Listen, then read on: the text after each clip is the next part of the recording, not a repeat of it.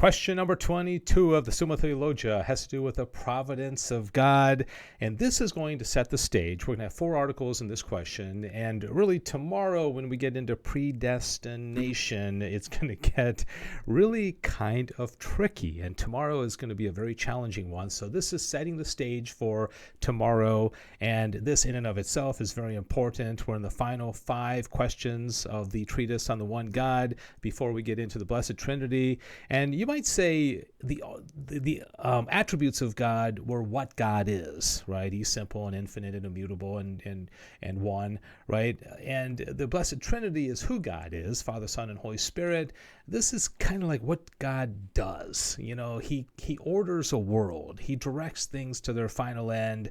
And how does he do this? How does he totally keep things in control while, interestingly, giving some creatures like us free will? All right, so that's going to be the interesting kind of subplot in this whole topic of providence. And by the way, if you remember the Exodus and Reditus that we talked about in a previous video, where the Exodus is us going from God, the Reditus is coming back to God, and providence plays a big part in that whole Exodus and Reditus. So article number 1 of 4 says whether providence can suitably be attributed to God. And Thomas says in the corpus of this article, it is necessary to attribute providence to God, for all the good that is in created things has been created by God. So there's that goodness. God is goodness itself, and we participate in God's goodness, right?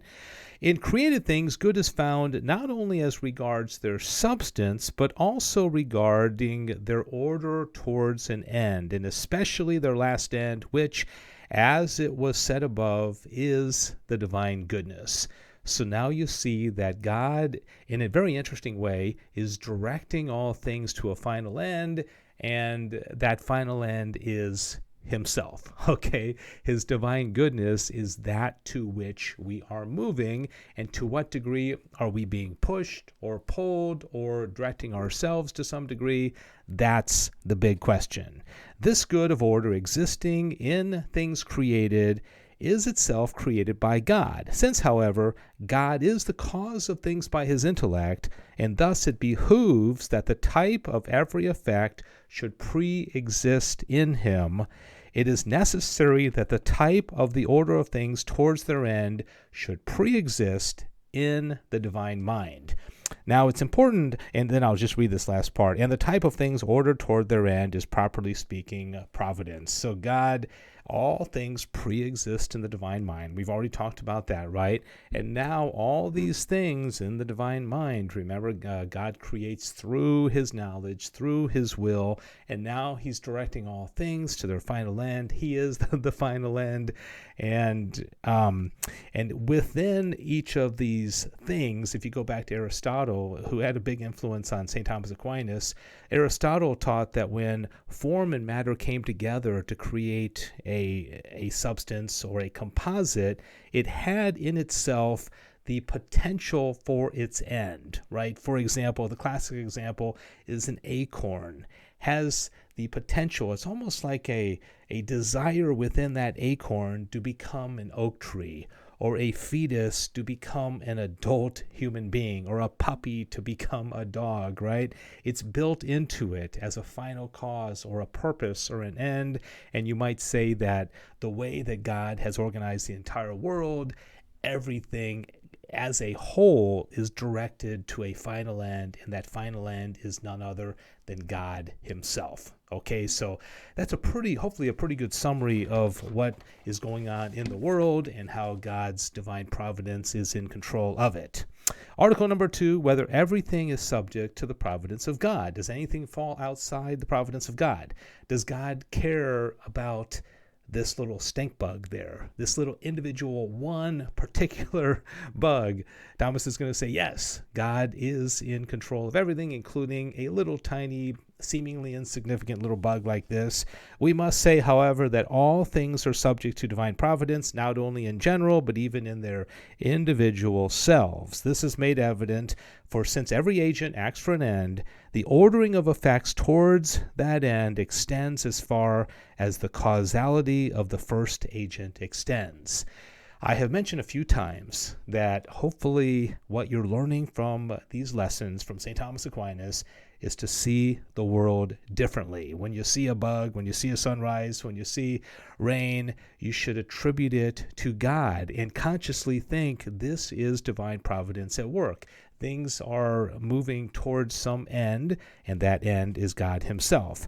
The causality of God, who is the first agent, first cause, uncaused cause, second proof of the existence of God, extends to all being, not only as to constituent principles of species, but also to the individualizing principles, not only things incorruptible, but also things corruptible. Hence, all things that exist in whatsoever manner are necessarily directed by God to some end. Okay, this is teleology. This is God in his providence moving all things to their proper end.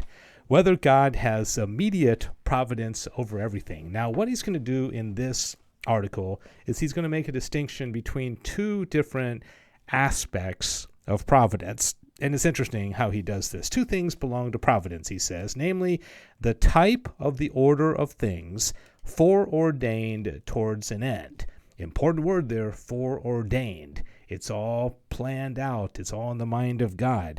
And the execution of this order, which is called government. Fifth proof of the existence of God, governance of the world, intelligent being, right? We learned about that already. As regards the first of these, God has immediate providence over everything because he has in his intellect the types of everything, even the smallest, and whatsoever causes he assigns to certain effects, he gives them the power to produce those effects.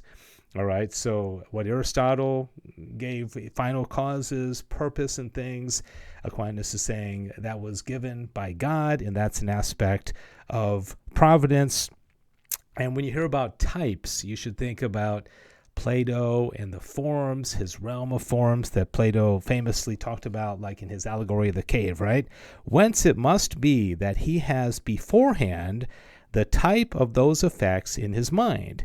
As to the second, this is the governance part, there are certain intermediaries of God's providence, for he governs inferior by superior, not on account of any defect in his power, but by reason of the abundance of his goodness, so that the dignity of causality is imparted even to creatures.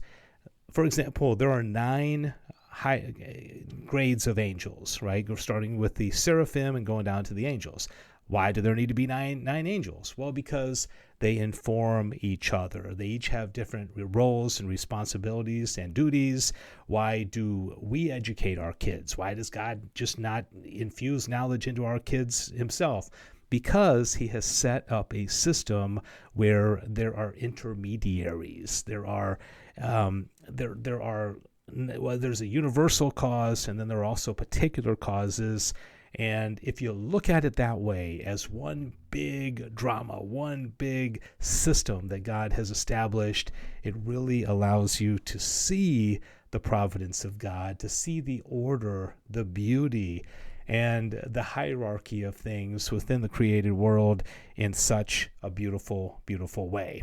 Finally, in Article 4, the final article of this question, he says whether providence imposes any necessity on things foreseen. Now, if you remember the question on will, where he said, does God's will impose necessity on things? And this is going to be very, very similar.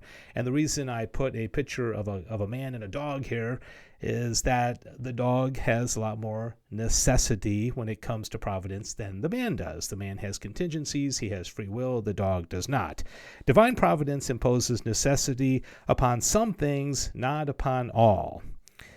Now, after the divine goodness, which is an extrinsic end of all things, okay, we're all being drawn to God by his goodness, the principal good in things themselves is the perfection of the universe.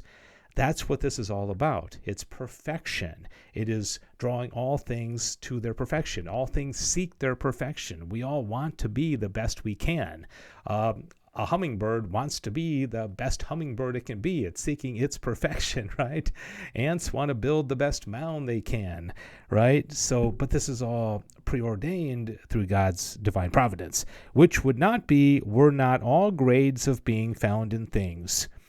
Thomas is later on going to talk about the inequality of things. Why are there inequalities? And he says they're necessary. It's necessary to have inequality among things, for which he'll explain. Whence it pertains to divine providence to produce every grade of being. And thus it has prepared for some things necessary causes, so that they happen of necessity, for others contingent causes, that they may happen by contingency according to the nature of their proximate causes. So if there's one thing to take out of this, it's that God is in control. God has created this perfectly ordered world, and even if sometimes it seems like the world is chaotic, sometimes we throw up our hands and say this world is crazy.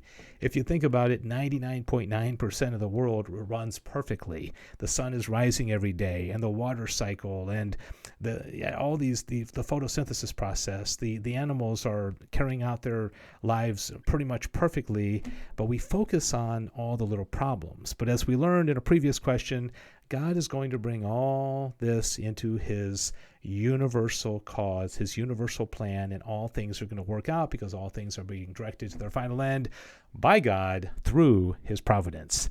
Now, question number 22 is relatively easy to explain, but tomorrow we are going to take a leap into predestination. Are men predestined by God? And I will ask you to please get a good night's sleep. Come back tomorrow with your thinking cap on, because this is probably the most challenging question that we will have so far. So tomorrow, predestination. Thank you for watching. God bless you. St. Thomas Aquinas, pray for us.